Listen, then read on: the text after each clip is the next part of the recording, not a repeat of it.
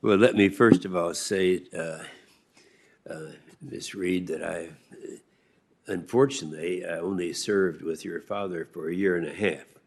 But that was a very rewarding year and a half, and I consider him to have remained a good friend in that time.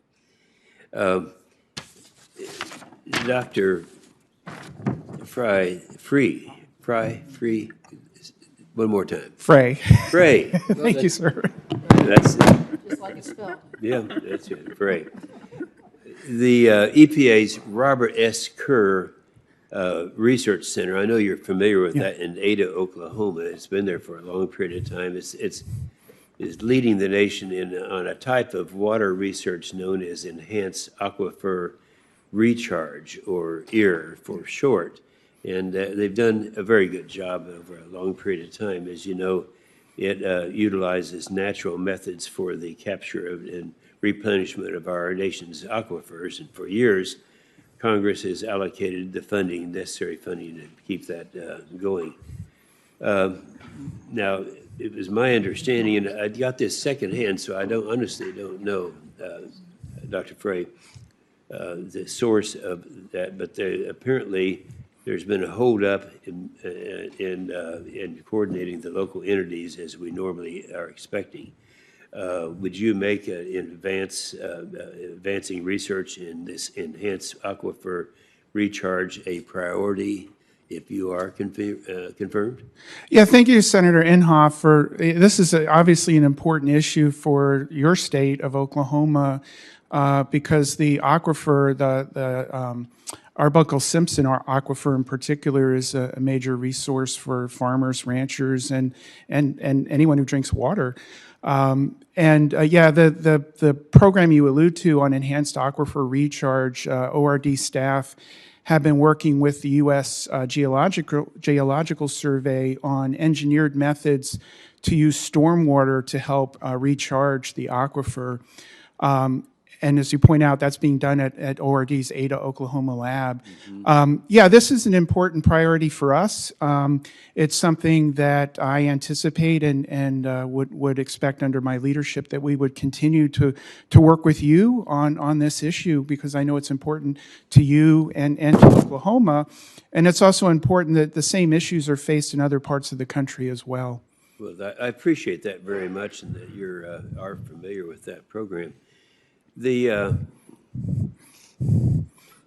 understand that you are on a leave of absence from, it's an unpaid academic position that you've had with Hong Kong University of Science and Technology. One federal watchdog group called this Chinese university, quote, anything short of an arm of the Chinese government. Now, I'm pleased that you have committed to resigning this position with this university should you be confirmed. I'd first want to ask you if it would be your intention. Absolutely, sir. Yes. And do you share the concerns that we have with China's poor record? They're the largest polluter out there, and on record, particularly as it remains the world's largest polluter, as they still are today. So what are your thoughts about that, and should that be a factor in your confirmation process? Well, thank you, Senator Inhofe. I appreciate. I want to give you a chance to address that because others have talked about it. Yeah, and I really appreciate this opportunity.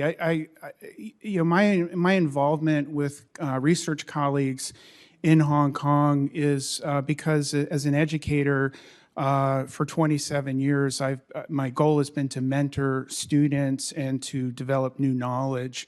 And it's a very common practice in academia to seek out international collaborations, especially in areas of science where we can deal with challenging scientific issues that help us push the boundaries of our own science. And so my relationship with colleagues at the HKUST, the university you mentioned, has been one of research and mentorship of students and collaboration, specifically on issues of human exposure to air pollution. I think we all know that that region of the world is facing very severe air pollution. And there's actually a lot of interesting science issues there that we can learn from to inform best science here in the United States. So my work has really been in the realm of the science, not in the realm of the policy or the geopolitical issues that you mentioned. But I will say that when I came on board in my current role with the EPA 9 months ago, I fully disclosed all of my affiliations, including this unpaid adjunct affiliation, and I've been following the advice of our Office of General Counsel at EPA and ethics officials. On that advice, if confirmed, I would resign this unpaid adjunct position. Yeah, it's always been concern to me that many of the extreme groups that are out there hold a great regard for China and their record, and yet they continue to be the greatest polluter around. I've often wondered how they get by with that. Thank you very much, Doctor. You're welcome, Senator. And thank you, Senator Capito, for giving me some time up front.